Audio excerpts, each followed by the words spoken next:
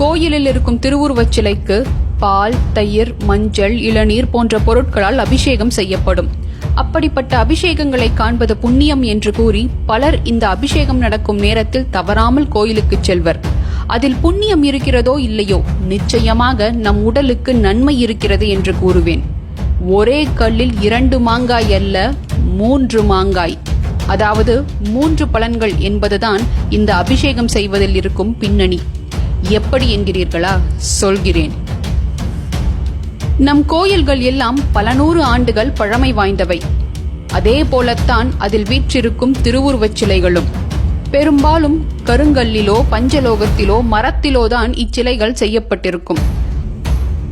நாளடைவில் இந்த சிலைகள் சிதைந்து போகவோ அரித்து போகவோ வாய்ப்பு உள்ளது.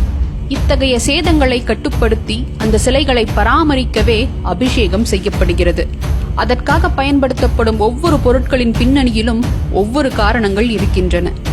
பால், தயிர், தேன், கரும்புச்சாறு போன்ற பொருட்களில் உள்ள கொழுப்பு சத்து சிலைகளில் ஈரத்தன்மையை தக்க வைத்துக் கொள்ளும். ஈரப்பதம் இல்லாமல் உலர்ந்த கருங்கற்களுக்கு மின்னூட்டத்தை கடத்தும் தன்மை குறைவாக இருக்கும். இந்த அபிஷேக பொருட்கள் ஈரத்தன்மையை தக்க வைத்து கருவறையில் மின்னூட்டம் தடையின்றி நடக்க உதவும். இளநீர், சந்தனம் போன்றவை அதிக வெப்பத்தினால் சிலைகளில் ஏற்படும் வெடிப்பை வராமல் தடுக்கும். அதை குளிர்விக்கவும் உதவும். மஞ்சள், திருநீறு மற்றும் குங்குமம் ஃபங்கஸ் எனப்படும் பூஞ்சைகள் சிலையில் உருவாகாமல் தடுக்கும். இதையெல்லாம் பார்க்கும் பொழுது இந்த பொருட்களைத்தான் அபிஷேகத்திற்கு பயன்படுத்த வேண்டும், அப்போதுதான் சிலைகள் பழுதடையாமல் இருக்கும் என முடிவு செய்ய ட்ரையல் அண்ட் எரர் முறையில் ஒரு பெரும் ஆராய்ச்சியையே நிகழ்த்தித்தான் நம் முன்னோர்கள் இதை வரையறுத்துள்ளனர் என்பது தெரிய வருகிறது. சரி, ஒரு சிலையை பராமரிக்க இத்தனை பொருட்களை வீணடிக்க வேண்டுமா என்று நீங்கள் கேட்கலாம். இன்றைய சூழலில் பல கோயில்களில் இந்த அபிஷேகம் செய்த நீர் பயனற்று போவது அதன் பலனை அறியாமல் போனதால்தான். ஆனால் அக்காலத்தில் இந்த அபிஷேக நீரின் ஒரு துளி கூட வீணாக்கப்படவில்லை.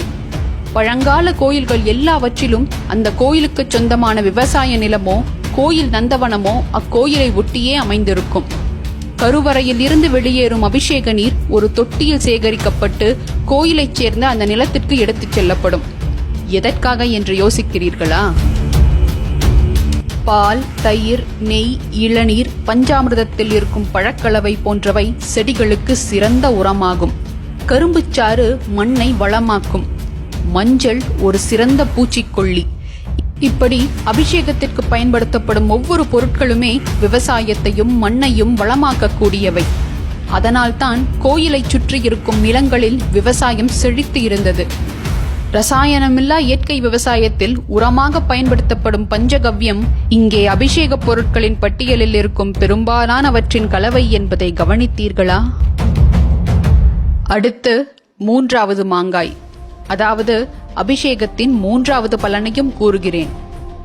இந்த அவசர உலகத்தின் வேகத்திற்கு ஈடு கொடுப்பதற்காக ஓடிக்கொண்டே இருக்கும் நாம் ஒரு கட்டத்தில் வேலைப்பழு தாங்காமல் மன அழுத்தத்திற்கு உள்ளாகும் போது எங்காவது சுற்றுலா சென்று வரலாம் என்று யோசிப்போம்.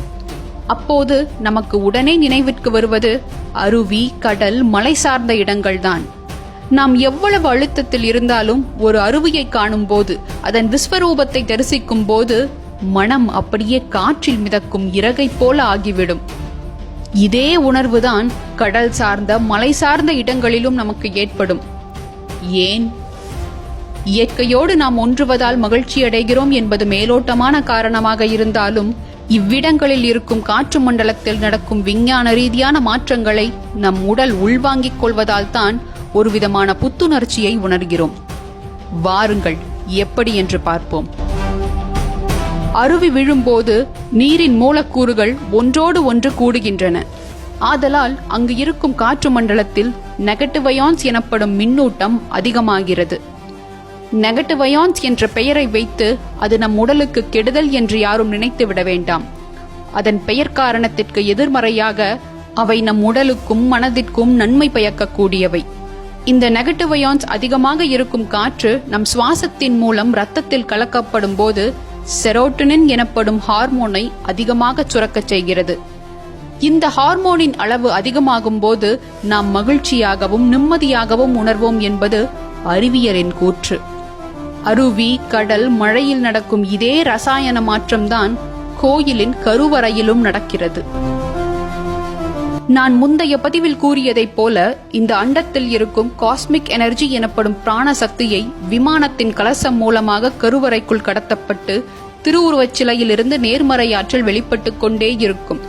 அப்போது திரவ வடிவிலான அபிஷேக பொருட்களும் நீரும் அதன் மேல் ஊற்றப்படும் போது அங்கிருக்கும் காற்று மண்டலத்தில் நெகட்டிவ் அயான்ஸ் அதிகமாகிறது. அதை நாம் சுவாசிக்கும் போது நமது மனநிலையும் மாறுபடுகிறது. எல்லா ஊர்களிலும் அருவியும் கடலும் இருக்க முடியாது. அதற்காகவே ஊர்களெங்கும் கோயிலை கட்டினார்கள் நம் மூதாதையர்கள். ஆனால் நம் இன்றைய நிலை என்ன தெரியுமா? கணினி, கைபேசி, வாகனங்கள் போன்றவற்றாலும் காற்றோட்டம் இல்லாத ஏசி அறையில் வேலை செய்யும் வாழ்க்கை முறையாலும் காற்று மண்டலத்தில் அதிகரிக்கும் பாசிட்டிவ் அயான்ஸை கட்டுப்படுத்தி நம் உடலுக்கு நன்மை பயக்கும் நெகட்டிவ் அயான்ஸை அதிகரிக்க செயற்கையாக அதை உற்பத்தி செய்யும் சாதனங்களை கண்டுபிடித்து பயன்படுத்துகிறோம். இதுவா விஞ்ஞானத்தின் வளர்ச்சி? பெரும்பாலான இந்திய கோவில்களின் நுழைவாயிலேயே பெரிய மணி கட்டப்பட்டிருக்கும். நாம் நுழையும் போது இந்த மணியை அடித்துவிட்டு உள்ளே செல்லுவோம். கோயில் மணிக்கு பின்னால் என்ன அறிவியல் ஒளிந்திருக்க முடியும் என்று நினைக்கிறீர்களா? வாருங்கள், இதை பற்றி விரிவாக பார்ப்போம். கோயில் மணிகள் சாதாரண உலோகத்தினால் செய்யப்படுவதல்ல. கேட்மியம், ஜிங்க், ஈயம், தாமிரம், நிக்கல், குரோமியம் மற்றும் மாங்கனீஸ் போன்ற பல உலோகத்தின் கலவையால் செய்யப்படுவது. கோயில் மணியை உருவாக்க பயன்படுத்தப்படும் உலோகங்களை அப்படியே கலந்து ஒரு மணியை செய்துவிட முடியாது. இந்த உலோகங்களை எந்தெந்த விகிதத்தில் சேர்க்கிறோம் என்பதன் பின்னணியில்தான் அறிவியலே அடங்கியுள்ளது. ஒவ்வொரு முறை மணி அடிக்கப்படும் போதும் ஒவ்வொரு உலோகத்தில் இருந்தும் எழுப்பப்படும் ஒளிகள் ஒன்றாக இணைந்து ஒரு தனித்துவமான ஒளி ஏற்படும். அதனால் மணி அடித்த அடுத்த நொடி கூர்மையான மற்றும் நீண்ட நேரம் நீடிக்கக்கூடிய சத்தம் எழும். இந்த சத்தம் 7 நொடிகள் வரை நீடிக்கும். இந்த தனித்துவமான ஒளியினால் நம் இடது மற்றும் வலது மூளையில் ஒற்றுமை உண்டாகி நம் மூளையின் செயல்திறனை அதிகரிக்கும். அதனால்தான் கருவறைக்கு செல்லும் முன் மணியை அடித்துவிட்டு செல்கிறோம். மேலும் நாம் வெளியிலிருந்து கோயிலுக்குள் நுழையும் போது பலவிதமான சிந்தனைகளும் வீண் பேச்சுக்களும் மனதில் ஓடிக்கொண்டே இருக்கும். இவ்வாறு இருக்கும்போது நம் மனதை ஒருமுகப்படுத்தி தியானிக்கவோ அங்கிருக்கும் நேர்மறை ஆற்றலை உள்வாங்கிக் கொள்ளவோ முடியாது. நம்மை இந்த எண்ணங்களின் பிடியிலிருந்து வெளிக்கொணர ஒரே வழி நமக்கு ஒரு அதிர்ச்சியை ஏற்படுத்துவதுதான். ஆதலால் தான் கோயில் மணியை அடித்த அடுத்த நொடி எல்லா எண்ண ஓட்டங்களிலிருந்தும் விடுபட்டு மனம் ஒரு சாந்த நிலைக்கு தள்ளப்படுவதை எல்லோரும் உணர்ந்திருப்போம். இத்தகைய விழிப்புணர்வோடு கருவறைக்குள் செல்லும் போது நம்மால் நேர்மறை ஆற்றலை முழுமையாக அடைய முடியும். இங்கு நான் சொன்ன அனைத்தையும் நிரூபிக்க பல ஆராய்ச்சிகளின் முடிவை குறிப்பிட்டுள்ளேன். ஆனால் என்னை பொறுத்தவரை நம் இந்தியர்களின் ஞானத்திற்கு முன்னால் இந்த ஆராய்ச்சிகள் எல்லாம் தவிடுபொடி. செங்கனூர் பகவதியம்மன் கோயிலுக்கு சென்றால் மாதவிடாய் பிரச்சனை சரியாகும். வெண்ணி கரும்பேஸ்வரர் ஆலயத்திற்கு சென்றால் சர்க்கரை நோய் குணமாகும்.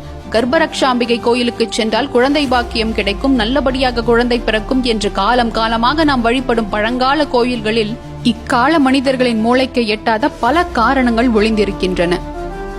ஆனால் என்ன செய்வது? காரண ரீதியாக சொல்லும் விடயங்களை நாம் யாரும் நம்ப மாட்டோம். அதுவே ஒரு அயல்நாட்டு விஞ்ஞானி வந்து நம் பழக்க வழக்கங்களுக்கு சான்றிதழ் கொடுத்தால் அதை கொண்டாடுவோம். நம் ஆற்றலை நாமே தெரிந்து கொள்ளக்கூடாது என்பதற்காகத்தான் நம் பழக்கங்களில் சில மூட நம்பிக்கைகளையும் புகுத்தி நம் முன்னோர்கள் செய்தது எல்லாமே மூட நம்பிக்கைதான் என்று நம்மையே நம்ப வைத்தனர். இனியாவது எது சரி எது தவறு என்று பிரித்து பார்த்து நம் அடையாளங்களை நாமே உதாசீனப்படுத்தாமல் இருப்போம்.